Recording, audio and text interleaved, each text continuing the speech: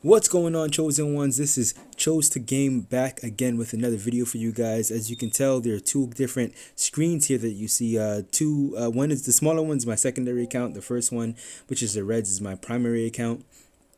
What I wanted to do was, as you can see in the title, show you guys how to basically activate practice mode, quotations, air quotations, activate practice mode within MLB 2018.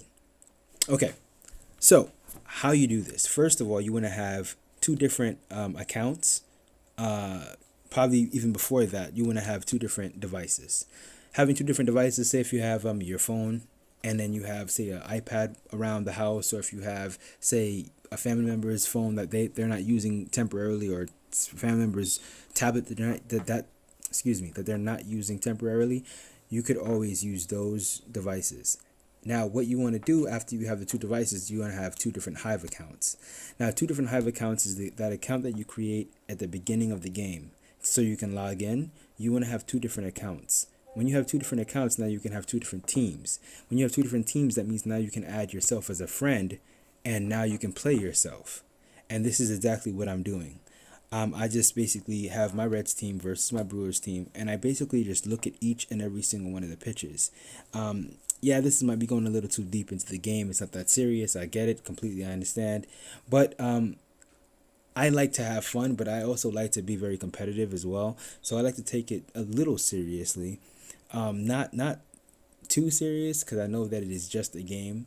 But I feel like a lot of people, like back in, I'm not sure if you played MVP baseball back in 2005, but MVP Baseball had a fantastic practice mode. They had practice batting, practice pitching. They had every little thing you can think about was in that game, and it helped me with my high fastballs. High fastballs were my weakness, and I practiced it. I practiced my high fastball so I can catch that fastball coming up and in. So with this game, I had to figure out a way on how to kind of implement the same thing, how to see how fast I have to swing when I see the high fastball come in. I have to also see the curve balls, the changeups, and everything like that. So right now you're seeing me just crush a home run off of myself, essentially. But you can see how it kind of looks on both screens as well. It's pretty cool, right?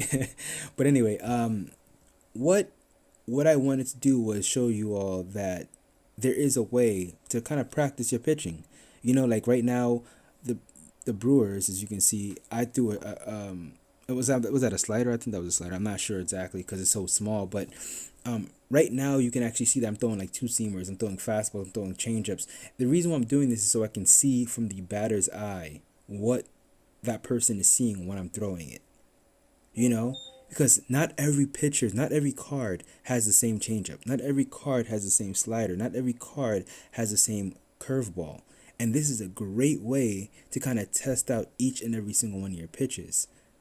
It also gives you some time to kind of practice getting close to that blue bar. I'm not sure if you see that there's a meter here. And every time you get into the yellow, that it says great. The closer you get it to the blue, the more you get on your curveball, the more you get on your fastball, the more you get on that two seam, it will cut a lot faster. So you want to practice these things just to make your pitching a lot better. Another thing that you want to look out for, you see how on the red screen, which is the big one, how it went to the computer. Yeah, if you don't actually use anything on one of the screens and you're using, say you're playing on only one account, the other account will turn into the computer. So just be wary of that. The next following thing that I want to talk to you about is also practicing batting. So you could always lob yourself some curveballs to practice how fast, or how much you have to hold back on those curveballs, or how much you have to hold back on a changeup, or even a slider, going straight down the middle. Sometimes that confuses some people. So these are things that you can practice when you have two different accounts as well as two different devices. So in my personal opinion, this is the best way to kind of just play against yourself and kind of gauge to see how fast you have to how fast you have to catch up to these fastballs that come in, or the two seamers, or even the sinkers. That's probably a good thing to practice as well, because a lot of people have problems with the sinker. I personally can't stand that damn sinker. I recently had one of my Road to All Stars I played that I have not edited yet, but I was playing an S rank team, and this guy brought out a cheeser that has the I forgot, I think it was the S curve if I'm not mistaken. Yeah, so it was kind of like, are you serious? Like, if I'm not mistaken, I think it was Hernandez. I'm probably saying the name wrong, but it doesn't matter. My whole point is, if I can go look for that card, right? It doesn't matter what level that card is. I mean, obviously, it gets the better the card is. What happens is the better the curves are and everything else. But what you do is you buy that card, right? You go to your market, you buy the card or you buy the pitcher that gives you the most problems, right? And it doesn't matter what level the card is or whatever. Just buy the card and practice with the card. Now, when you're practicing with the card, now you can see those pitches and you can recognize them as they're coming in. You can start seeing that. Okay, well, now I get that if that pitch is high up and it curves down, I know exactly when to swing. These are all things that you can just do on your own to just better your game. Hopefully this video helped you out a lot. I'm not sure if you will think that this is a great implementation of a practice mode, but for me it is, and I hope that you guys found this useful, helpful, whatever the case may be.